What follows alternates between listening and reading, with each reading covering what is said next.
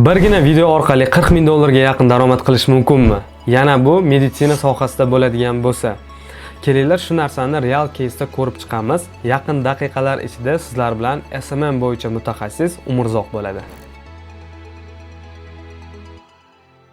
Bu ekspertimiz lor jarrohi Asqar aka. Bular bilan ishlaganimizda ularni YouTube'larini, Instagram'larini yuritganmiz va bu yerda ko'radigan bo'lsak, YouTube'lariga 1 yil oldin quloq pardasi nega teshiladi va davolash shartmi nomli kontent joylaganmiz. Bu quloq pardasini tiklash operatsiyasi taxminan 8 dollar deb oldik. U paytda narxni eng o'rtachasini olganmiz.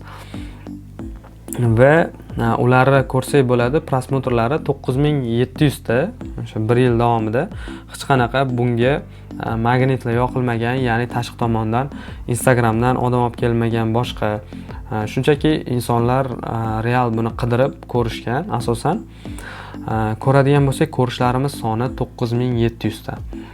CTR'imiz bu yerda 5% ni tashkil qilgan.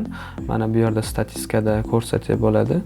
Xuddi shu videoniki va sredniy ko'rishlar soni 205 daqiqa. O'zi videomizning uzunligi o'sha daqiqaga 45 soniya. CTR'imiz 5% bo'ladigan bo'lsa ham minimum hisobda biz 49 tagina bemorni hisobladik. Ya'ni deyarli 10 mingtaga yaqin ko'rishlar bo'lib turib, shuning ichidan 50 tagina bemorni tanlab oldik deyarli. Bu yerda hisoblaydigan bo'lsak, operatsiyamizning narxi 8 dollar bo'lsa, 49 ta bemorga ko'paytiradigan bo'lsak, plus minus 39200 dollar hisobda chiqdi. Bu yerdan ko'rishimiz mumkinki, bitta dona video ekspertimizga 39200 dollar 0 dollar reklamaga sarflash orqali kelgan.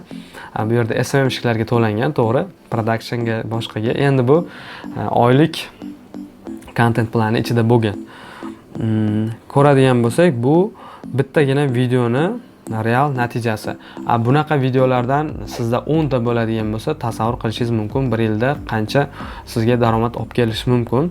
Agar sizda ham shunaqa savol tug'ilgan bo'lsa, qanaqa qilib men ham o'zimni shunaqa xizmatimni ko'proq pulga sotishim mumkin, hech qanaqa reklama yoqmasdan.